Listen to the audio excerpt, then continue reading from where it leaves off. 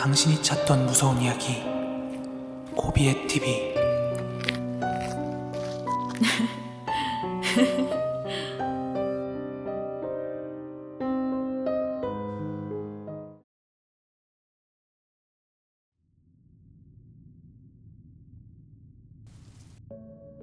운동 가르쳐 주시는 복싱 관장님이 복싱 선수 할 때 막 운동할 때 팀원들이랑 막 같이 운동하고 할 거 아니에요.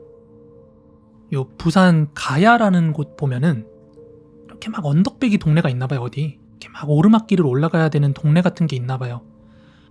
그런데 어느 날 이제 관장님이랑 같이 운동하는 후배였나? 동기였나? 이제 두 분이서 이쪽 길을 가고 있었는데 어떤 여성분이 걸어가더래요. 근데 그 여성분이 꽤나 이뻤대. 이뻐가지고 좀 기억이 났대요. 이 여자분의 복장이 검정색 슬랙스 같은 바지를 입고 있었고 위에는 하얀색 블라우스? 뭐 그런 거 비슷한 거를 입고 있었답니다. 제가 알기로 우리 관장님이 84년생인가 82년생이니까 아마 그 복싱 선수하던 옛날 시절이니까는 한 못해도 한 20년 전? 20몇 년 전 이야기일 거예요. 아무튼 그 가야 언덕배기로 올라가는데 이 여자가 그쪽으로 가는 게 보였고 그냥 공교롭게 그쪽 길로 가야 돼가지고 이렇게 가고 있었대요. 그러다가 남자 3명이 이 여자 뒤를 이렇게 쫓고 있었대. 근데 처음에는 이게 그냥 따라가는 건지 방향이 같아서 가는 건지 뭔진 몰랐는데 어느 순간 가다 보니까 여자가 되게 뭔가 서둘러서 발걸음을 빠른 걸음으로 걷는데 멀리서 지켜보고 있는데 이 뒤에 따라가던 남자들도 여자랑 보폭을 맞춰서 막 따라가더래요. 뭔가 이상한데 어느 순간 이제 골목 같은 데로 여자가 막 이렇게 후다닥 뛰어 도망가더래. 그리고 그 남자들 쫓아가고 이거 뭐지? 뭐지? 하고 있었대요. 근데 그쪽이 원래 이렇게 가로등 같은 게 드문드문 있는 장소인가 봐요. 그 가던 길이. 그런데 그쪽에 있던 가로등이 나무에 가려가지고 되게 어두웠대요. 여기서 뭐 상황을 지켜봤다고 했는지 어디 편의점을 들어갔다 나왔다고 했는지 잘 기억은 안 나는데 어느 순간 여자가 이렇게 골목에서 튀어나오더래요. 한참 있다가. 그런데 여자가 바지도 그렇고 윗도리도 그렇게 다 찢겨 있더래. 그리고 머리도 뭔가 막 산발처럼 돼 있고 눈 쪽도 뭐 누구한테 맞았는지 이렇게 막 빨개 있더래. 이미 당한 거죠, 뭔가를. 그러면서 여자가 이제 관장님이랑 같이 운동하던 동료분 쪽으로 뛰어왔고 이어서 아까 전에 그 쫓아가던 남자들이 이렇게 골목에서 막 뛰어나오더래. 그리고 나서 이 여자가 관장님 뒤에 숨더니 자기 좀 도와달라고 하더래. 발발발발 떨면서 말도 제대로 안 나오고. 그리고 그 골목에서 나온 남자들이 관장님한테 뭐야? 야, 안 비켜? 막 이런 식으로 그랬나봐. 점점 다가오면서 이쪽은 사람이 셋이잖아요. 관장님은 사람이 남자가 둘이고 얘네가 뭔가 좀 위협을 가하려고 하길래 관장님은 복싱 선수였잖아요. 옆에 있던 동료한테 야, 너가 여자분 데리고 가서 경찰 신고해. 내가 여기 알아서 할게. 하고 아무래도 복싱 선수다 보니까 일반인 때리면 안 되는데 이게 상황이 상황인 만큼 관장님도 이제 뭔가 최소한의 정당방위처럼 나중에 이제 진술 같은 걸 해야 될 것 같으니까 얘네들이 먼저 주먹질 해오는 걸 일부러 맞았대요. 한 대인가 두 대인가를 맞고 관장님도 이때다 하고 걔네들을 막 팼나봐요. 그 두세 명을 이렇게 팼대. 그리고 나서 얼마 있다가 그 경찰차가 왔대요. 이 차가 와서 여자만 태워갔고 이 경찰차 바로 뒤에 그 형사들이 타는 스타렉스 봉고차 같은 거 있잖아요. 동네 순찰 도는 파출소 차량 말고 경찰서 차. 그런데 여기서 웃긴 게 관장님이 좀 너털 웃음 지으면서 얘기를 하더라고요. 저한테 존댓말 쓰는데 근데 그 웃긴 게 그때는 우리가 운동하니까 머리를 빡빡 밀잖아요. 걔네들은 좀 머리가 길고 경찰들이 갑자기 와가지고 우리를 수갑을 채우려고 하대? 이렇게 억울한 상황이 있었나 봐요. 본인들이 이제 머리가 빡빡이고 복싱 선수고 하다 보니까 그 가해자들도 다쳤을 거 아니야. 그러니까는 오자마자 상황 파악 안 된 형사들이 이제 관장님이랑 관장님 동료를 수갑을 채웠대요. 그래가지고 우리가 가해자가 아니고 저쪽이 가해자다 이랬는데 이제 어쨌든 경찰서에 가서 정확하게 CCTV를 따져봐야 되니까 일단 거기 있던 남자들 전부 다 수갑을 차고 차에서 이러고 갔대요. 이러고 경찰서에 갔는데 이 여자분이 거의 뭐 인생 다 산 사람처럼 막 이러고 있더래. 그러면서 이제 가해자들이랑 우리 관장님이 오고 나니까 여자분이 진술을 해줬대요. 이분들은 자기를 도와주신 분들이라고. 그래서 수갑을 풀어줬대.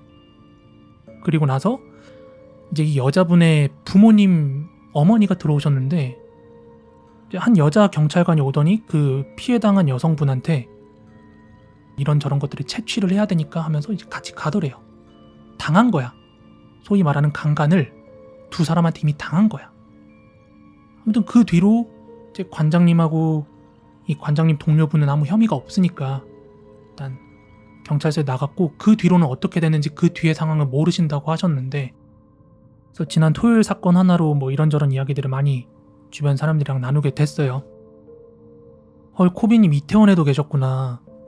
이태원은 진짜로 하필이면은 제가 서울 가서 대학교 동기들이랑 또 건너서 알게 된 친구들 모여서 광장시장 가기로 했어요. 그 종로에 광장시장 가면은 거기에 탈모로 유명한 약국이 있어요. 그러니까 친구들이 이제 탈모가 있는 애들이 몇 명 있어서 거기 가면 탈모약을 많이 처방해주는 성지가 있대요. 탈모약 성지가. 탈모약을 다 같이 받고 광장시장에서 다 같이 빈대떡에 육회탕탕이를 먹자. 그래서 저도 뭐 이제 겸사겸사 서울에 친구들 보러 갔어요. 그래서 같이 뭐 이것저것 먹고 했는데 이제 커플 두 놈이랑 또 친구 한 놈이 막걸리 먹고 막 취해가지고 어디로 가버렸고, 저랑 이제 그 당시에 한 친구가 남아있었는데, 야 서울까지 왔는데 야 벌써 자리가 심하이 났네 이렇게 돼가지고, 야 그럼 오늘 할로윈데이인데 이태원이나 구경 가볼까? 이래가지고 친구 자취방에서 한숨 자다가 저녁 늦지막히 조금 핫해질 때 있잖아요. 사람들 많이 나올 때. 근데 10시인가 11시 맞춰가지고 택시 타고 이태원을 간 거예요. 그냥 코스프레 하는 거 구경하려고. 사람들 이쁜 여자들도 있을 거고. 근데 가는 날이 장날이라고 하필이면 그날 그 사단이 난 거예요. 희한하게 이제 구독자님들이나 뭐 제보자분들은 그런 사건 사고 현장들을 되게 많이 목격하는데, 저는 살면서 그런 장면을 뭐 제대로 목격해 본 적이 없는 사람이라고 말씀드렸는데, 이태원에서 그런 거 보고 또 아예 이번에는 사고 그 자체 현장 장면을 봐버리고 이러니까, 야 이게 나도 나이가 이제 35, 6 이렇게 먹어가다 보니까는 뭐 좋은 거든 나쁜 거든 이런 일도 내 주변에 생기는구나 싶더라고요. 이태원 참사 났을 때는 진짜 내 앞에 실려가는 사람들이 다 그냥 술 취해가지고, 아니면 우리나라가 이제 마약 청정국이 아니잖아요. 보약이라고 할게요. 보약 청정국이 아니잖아요.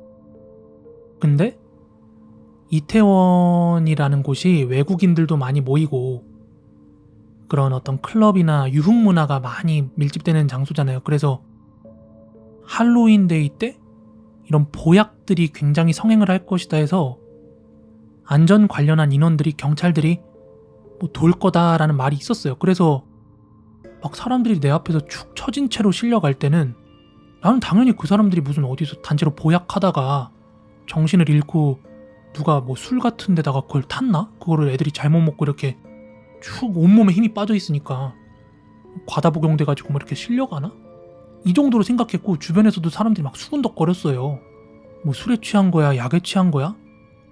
사고 현장 바로 앞에 있던 사람들은 그게 압사 사고인 줄 알지만 인파가 워낙 많아가지고 그 한참 뒤에 있던 사람들 앞에 상황을 몰라요. 근데 다급하니까, 사람들이 많이 죽어가지고 다급하니까는 그 막 구조하시는 분들 다급하니까 씨발 비켜! 미친놈들아 나오라고! 막 욕을 하면서 그 길을 터서 사람들이 엄청 실려갔어요. 근데 처음에 한 뭐 대여섯 명 실려가는 동안은 당연히 사람들이 뭐야 술 취한 거야? 보약한 거야? 막 수군덕 되죠. 근데 이게 20명이 되고 30명이 되고 40명이 되고 끝이 없이 실려가는 거예요. 나중에서 이제 이게 기사가 나더라고요. 그래서 내가 봤던 게 다 사람 죽은 거였고, 아침에 기차 타고 딱 부산에 왔는데 그날 현장에 같이 있었던 친구도 그 휴가 썼다고 하더라고요, 회사에. 그러면서 전화해가지고 너 괜찮냐? 이렇게 물어보는 거예요. 안 그래도 기분이 되게 묘했거든요. 아무것도 못할 것 같다고. 그리고 나서 그 당시에 잠깐 썸을 탔던 여자애가 있었어요. 사귀는 건 아니었는데 걔도 부산 사람이거든요. 근데 그 여자애가 자기 친구도 서울 놀러 갔다가 죽었다고 연락했어요. 저한테. 내 친구 이태원에서 죽었다. 오빠 괜찮냐? 그리고 제가 그때 인스타 스토리로 나 광장시장에 가요. 오늘 밤 이태원 갈 거예요. 막 이러면서 또 주접을 싸놨어요, 제가. 인스타 한참 많이 할 때. 몇몇 구독자분들도 저한테 막 괜찮냐고. 일일이 다 개인적인 답변이 어려워서 아예 그냥 라이브를 켰었죠. 나 괜찮다고. 근데 심지어 그때 아마 이태원에서 사람들이 핸드폰 너무 많이 터지고 신호가 터지고 이러니까 막 전화도 연결도 잘 안 되고 데이터도 잘 안 터졌어요. 그래서 막 나한테 전화했던 사람들 중에 전화 연결 안 되고 막 이랬다 보니까 진짜 뭔 일 생긴 거 아닌가 막 그렇게 생각한 사람들도 있었나 봐요. 그런 일이 있었죠.